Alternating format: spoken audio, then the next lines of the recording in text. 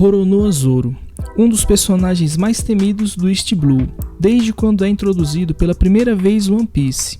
Apesar de parecer meio durão no início, com o tempo a gente percebe que ele de fato é uma boa pessoa. Tanto o anime quanto sua adaptação live action rapidamente estabelecem essa dualidade através das interações dele com uma jovem chamada Rika. No entanto, a versão do anime desses eventos é muito mais impactante, porque no anime o Zoro está amarrado a um poste há alguns dias e foi deixado para morrer de fome, quando essa personagem Rika aparece e oferece comida para ele, um onigiri que ela mesma fez, e o espadachim come mesmo depois que Helmeppo pisa em cima dele.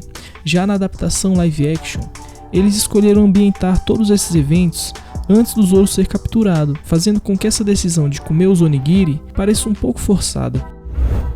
O mundo de One Piece está cheio de indivíduos memoráveis, mas nenhuma família é mais conhecida do que a do próprio Luffy. Seu avô, Monkey D. Garp, é indiscutivelmente o marinheiro mais famoso de todos os tempos. No anime, eles conseguem explorar muito bem essa relação sem entregar de bandeja, então quando finalmente é revelado que os dois são parentes, realmente é uma grande surpresa. Mas ao invés de ir por esse lado, explorando um pouco mais a narrativa de longo prazo, a adaptação live action de One Piece conta ao público sobre essa conexão logo nos primeiros episódios. Pra mim, essa não foi uma das melhores ideias da série. Do jeito que é feito no anime, eles conseguem deixar essa dúvida no ar, e quando vem à tona, realmente é uma surpresa. Shanks é um dos piratas mais conhecidos de One Piece, e apesar de seu status como Imperador do Mar, ele sofre de uma grande deficiência, o fato de não ter um braço. Shanks sacrifica seu braço para salvar o pequeno Luffy de um rei do mar, quando ele ainda era uma criança, demonstrando até onde o Shanks vai para proteger as pessoas que ele ama. A adaptação live action de One Piece inclui esse confronto do Shanks contra o rei do mar, mantendo-se bem fiel à cena original. No entanto, todo momento se passa com Shanks e Luffy em um pequeno barco a remo, em vez de nadar no oceano, tirando um pouco da intensidade e quebrando o clima ao revelar que Shanks pode ter uma Akuma no Mi. No anime, isso durou muito tempo, e todos imaginavam que ele era tão poderoso assim, mesmo sem ter nenhuma fruta.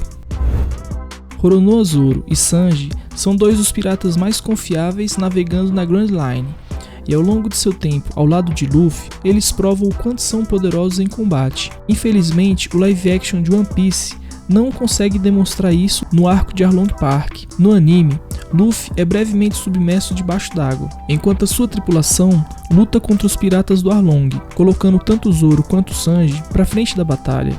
Esse não é o caso da adaptação live action. Até mesmo a icônica cena em que Arlong revela as feridas do espadachim e fica meio que com medo de deixar ele vivo, essa cena foi cortada da série, porque eu acho que se o Zoro não tivesse tão machucado assim, ele provavelmente ganharia até mesmo do Arlong, e o próprio Arlong tinha percebido isso na cena do anime. De todos os arcos da saga do East Blue, nenhum é mais emocionante do que o arco do Arlong Park. A história de fundo de Nami com os piratas do Arlong é muito comovente, mas uma coisa que consistentemente fornece um pouco de conforto é a presença das pessoas de bom coração que vivem na aldeia. Em um ponto do anime, é revelado que a Nami concordou em trabalhar para o Arlong na esperança de libertar sua aldeia do seu domínio. No entanto, live action muda esse ponto da trama, optando por fazer a população da Nami realmente odiar e desprezar ela.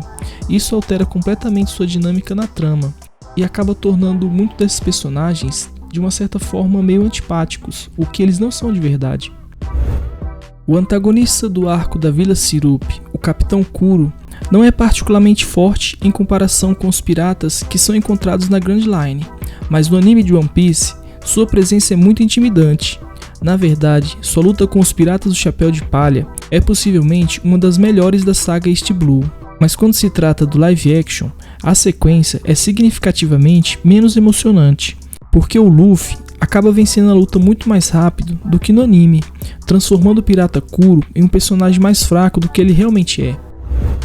Havia muitas coisas deixadas de fora da adaptação live action de One Piece, mas uma das coisas mais lamentáveis é o divertido elenco de personagens visto na Vila Syrup, como por exemplo os piratas Usopp e o Django, dentre alguns outros personagens que ficaram fora da série, para a decepção de muitos fãs do anime. Por causa desses personagens ausentes, O tempo de Usopp na Vila Syrup é apresentado de uma maneira muito corrida.